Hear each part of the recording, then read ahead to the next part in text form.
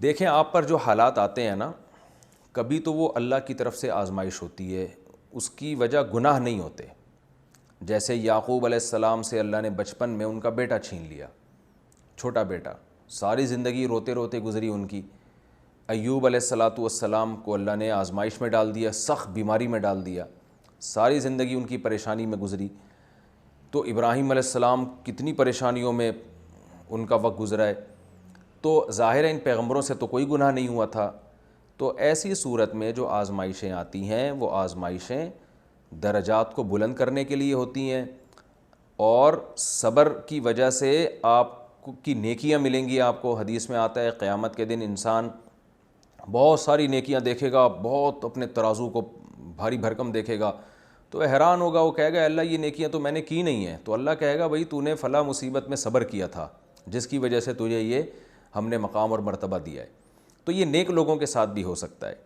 اور اچھا، دوسری بعض دفعہ اس لیے پریشانیاں آتی ہیں گناہ کی وجہ سے، پھر یعنی یہ وجہ بھی ہوتی ہے، لیکن جب گناہوں کی وجہ سے جو پریشانیاں آتی ہیں ان پریشانیوں کی پھر دو قسمیں ہوتی ہیں۔ ایک قسم یہ ہوتی ہے اللہ تعالیٰ انسان سے محبت کرتے ہیں اور انسان گناہوں سے توبہ نہیں کر رہا ہوتا، اللہ چاہتے ہیں میں اس کو پریشانیوں میں ڈالوں گا تو یہ میری طرف مائل ہوگا، گناہوں سے توبہ کرے گا اور میں اس کی پریشانیاں دور کر دوں گا، یا کم از کم اتنا ضرور کر دوں گا کہ جب یہ گناہ سے توبہ کرے گا تو یہ پریشانیاں اس کے درجات کی بلندی کا ذریعہ بن جائیں گی۔ یا توبہ نہیں بھی کرے گا تو دنیا میں پریشانیوں کی وجہ سے گناہ بہرحال معاف ہوتے ہیں، حتی الشوکۃ یشاکھا، یہاں تک کہ رسول اللہ صلی اللہ علیہ وسلم نے فرمایا کہ ایک کانٹا بھی مسلمان کو جب چبھتا ہے تو اس کانٹے پر بھی اس کا گناہ معاف ہوتا ہے۔ تو یہ والی پریشانیاں بھی اللہ کی رحمت ہیں، کیونکہ یہ آپ کو اللہ کے قریب کر رہی ہیں، آپ کے گناہوں کی معافی کا ذریعہ بن رہی ہیں۔ پریشانی کی تیسری قسم یہ ہے کہ جو پریشانی گناہ کے انتقام کے طور پر آئے آپ کے اوپر، یعنی اللہ تعالیٰ آپ سے انتقام لے رہا ہے، اور وہ اس لیے نہیں انتقام لے رہا کہ آپ کے دنیا میں گناہ دھل جائیں آخرت میں سزا نہیں دوں گا، اس لیے نہیں، بلکہ آپ کو واقعی غضب ناک ہو کر اللہ آپ سے انتقام لے رہا ہے۔ تو یہ کافر پر آتی ہیں یہ والی پریشانیاں، یا اس مسلمان پر آتی ہیں جو نام کا مسلمان ہے لیکن جیسی جب کوئی پریشانی آتی ہے تو وہ صبر کا دامن ہاتھ سے چھوڑ دیتا ہے اور گناہوں میں مست ہو جاتا ہے۔ تو یہ والی جو پریشانی کی قسم ہے یہ سب سے خطرناک ترین قسم ہے۔ یہ قوم عاد پہ آئی، نوح علیہ السلام کی قوم پہ جو پریشانی آئی، سیلاب کا عذاب آیا، قوم عاد پہ، قوم سمود پہ پریشانی آئی، اسی طرح مسلمانوں پہ بھی یہ پریشانی آ سکتی ہے۔ کچھ لوگ اللہ کی نافرمانی کرتے ہیں تو پریشانیوں میں مبتلا ہوتے ہیں، لیکن ان پریشانیوں میں پھر ان کو صبر کی توفیق نہیں ملتی، بلکہ ٹینشن میں آ کے خودکشی کر لیتے ہیں یا اور گناہوں میں پڑ جاتے ہیں۔ تو یہ پریشانیاں ان کے لیے اور بڑی مصیبت بن جاتی ہیں۔ تو اب آپ پر جو پریشانی آئی ہے وہ کون سی پریشانی ہے، تو آپ کو اس میں سے خود غور کرنا چاہیے۔ اگر آپ کو اس پریشانی میں صبر کی توفیق مل رہی ہے، خدا نخواستہ مزید گناہوں کی طرف مائل نہیں ہو رہے، اللہ کے بارے میں الٹے الٹے الفاظ استعمال نہیں کر رہے، ناشکری نہیں کر رہے، تو اس کا مطلب ہے یہ پریشانی اللہ کی طرف سے یہ آپ کے درجات کو بلند کرنے کے لیے ہے اور آپ کے گناہوں کی معافی کے لیے۔ تو اس پریشانی میں جب آپ اللہ سے توبہ کریں گے تو اللہ کی رحمت سے قوی امید ہے کہ اللہ آپ سے وہ پریشانی دور کر دے گا، کیونکہ اللہ نے آپ کو جو پریشان کیا تھا آپ کے گناہوں کی سزا اللہ دنیا میں دے رہے ہیں، اور یہ چاہ رہے ہیں کہ آپ اللہ کی طرف مائل ہو جائیں۔ تو جب مائل ہو جائیں گے تو انشاءاللہ اللہ سے امید ہے کہ اللہ اس پریشانی کو آپ سے دور کر دے گا۔ لیکن اگر اللہ نے پریشانی اس لیے بھیجی تھی کہ وہ پریشانی خود ایک آپ کے درجات کی بلندی کے لیے تھی، تو عین ممکن ہے کہ آپ توبہ کریں مگر پریشانی پھر بھی دور نہ ہو، اس بات کا پورا امکان ہے۔ لیکن اس صورت میں یہ ضرور فائدہ ہوگا کہ توبہ کرنے سے اس پریشانی کو جھیلنا آپ کے لیے بہت آسان ہو جائے گا، اس پریشانی کو برداشت کرنا آپ کے لیے آسان ہو جائے گا۔ نبی صلی اللہ علیہ وسلم نے فرمایا من صبر فلہ الصبر، جو صبر کرنا چاہتا ہے اللہ اسے صبر کی توفیق دیتے ہیں۔ تو اس پریشانی میں آپ کو وہ ٹینشن نہیں ہوگی جو ایک دنیا دار آدمی کو ہوتی ہے، ڈپریشن کے مریض بن جاتے ہیں، خودکشی کے خیالات آنے لگتے ہیں۔ تو خلاصہ کلام کا، بہت لمبی بات ہو گئی، خلاصہ کلام کا یہ نکلا کہ بھائی اگر پریشانی میں اللہ کی طرف دل مائل ہو رہا ہے اور کفریہ خیالات نہیں آ رہے تو یہ پریشانی اللہ کی رحمت ہے آپ کے حق میں۔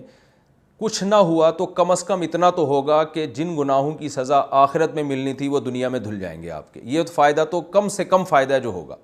نبی صلی اللہ علیہ وسلم نے فرمایا ان اللہ اذا احب قوما ابتلاہم، اللہ جب کسی سے محبت کرتے ہیں تو بعض مرتبہ اسے آزمائش میں ڈال دیتے ہیں. اور پھر فمن صبر فلاح الرضا ومن سخط فلاح السخط، پھر جو صبر کرتا ہے تو اللہ اس سے راضی ہو جاتے ہیں. اور عجل لہ عقوبتہ فی الدنیا، حدیث میں یہ بھی آتا ہے کہ اللہ اس کو دنیا میں سزا دے دیتے ہیں کہ کوئی گناہ ہوا دنیا میں ہی سزا مل گئی، تو دنیا کی سزا تھوڑی ہوتی ہے، معاف ہو گیا گناہ، آخرت میں بخشا جائے گا. اور آپ صلی اللہ علیہ وسلم نے فرمایا جب اللہ تعالیٰ کسی پہ غضبناک ہوتے ہیں تو اس کی یعنی جو دنیا کی سزا ہے نا، جو گناہ کی سزا ہے، اس کو آخرت کے لیے رکھ دیتے ہیں کہ آخرت میں پورا حساب چکانا پڑے گا. تو اس لیے اللہ تو اپنے بندوں کے ساتھ جو بھی معاملہ کر رہا ہے وہ تو کرتا رہے گا، ہم نے اپنی ذمہ داری پوری کرنی ہے. ایک واقعہ سنا کے میں یہ بات سمجھا کے اپنی بات کمپلیٹ کرتا ہوں، کیونکہ آپ نے بہت اہم سوال پوچھا ہے. ایک بزرگ کی کرامت بیان کی جاتی ہے کہ وہ ہر سال حج کرنے جایا کرتے تھے، تو جیسے ہی حج سے فارغ ہوتے ایک آسمانی ندا آتی کہ قبول نہیں ہوا. بڑے پریشان ہوتے، توبہ استغفار کر کے دوبارہ اگلے سال حج کرتے. جیسے ہی حج سے فارغ ہوتے پھر ندا آتی قبول نہیں ہوا. کئی بار انہوں نے حج کیا، ہر دفعہ یہی ندا آئی. تو کسی نے ان سے کہا کہ حضرت آپ خود بتاتے ہیں کہ مجھے آسمان سے ندا آتی ہے کہ قبول نہیں ہوا، پھر بھی آپ کر رہے ہیں، تو چھوڑ دیں جب قبول ہی نہیں ہو رہا. انہوں نے فرمایا دیکھو بھائی، میں اللہ کا غلام ہوں، میری ذمہ داری ہے اللہ کے حکم کو پورا کرنا. جب تک قبول یہ حج نہیں ہوگا میں تو کرتا رہوں گا. اب میرے بس میں اس سے زیادہ کچھ نہیں ہے.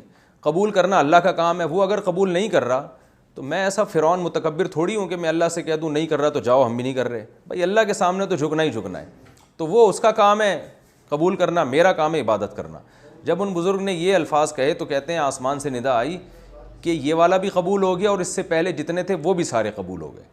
تو اس لیے ہمارا کام ہے، چاہے ہم پریشانی میں ہوں چاہے ہم خوشی میں ہوں، ہم اس وقت اللہ کے حکم کو فالو کریں. اللہ کا جو کام ہے وہ اللہ پہ چھوڑ دیں.